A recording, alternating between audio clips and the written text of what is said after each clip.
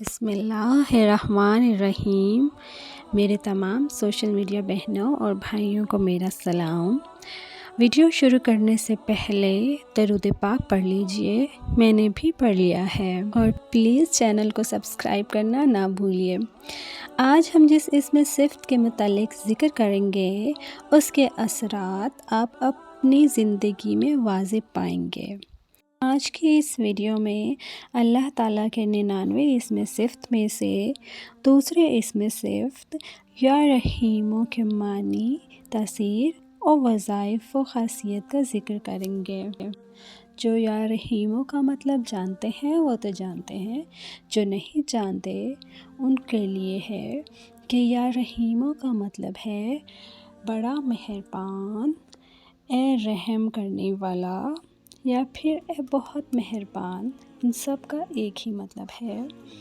دین اور دنیا، اس جہان اور اس جہان میں رحمت فرمانا اسلام کا خاصہ ہے، اور یہ اسم جمالی ہے۔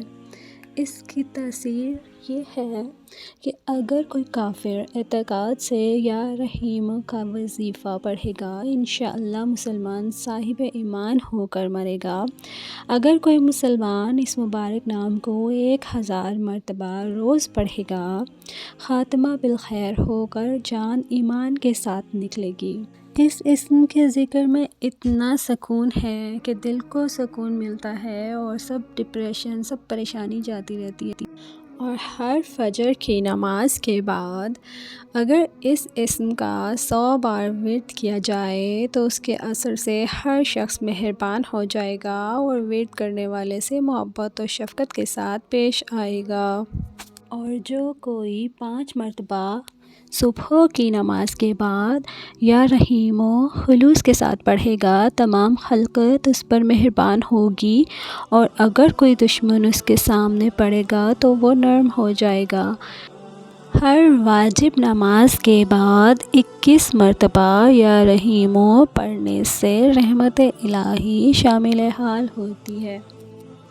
ہر نماز کے بعد 21 مرتبہ دونوں اسم صفت یا رحمن یا رحیم ملا کر پڑھنے سے غفلت اور بھولنا اس کے مزاج سے مٹ جائے گا، اور نماز کی محبت پیدا ہوگی۔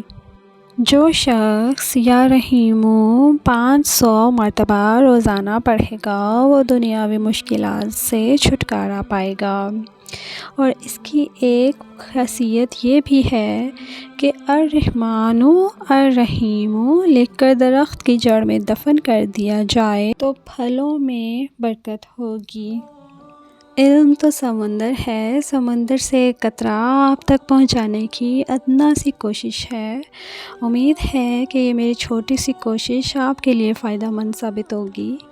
ویڈیو کو اینڈ تک دیکھنے کا شکریہ۔ پسند آئی ہو تو پلیز حوصلہ افزائی کے لیے اپنے دوستوں تک اچھی باتیں شیئر کریں۔ ویڈیو میں اینڈ تک جڑے رہنے کے لیے بہت بہت شکریہ۔ چینل کو سبسکرائب کر دیں۔ ملتے ہیں نیکسٹ ویڈیو میں، اپنا خیال رکھیں۔ اللہ حافظ۔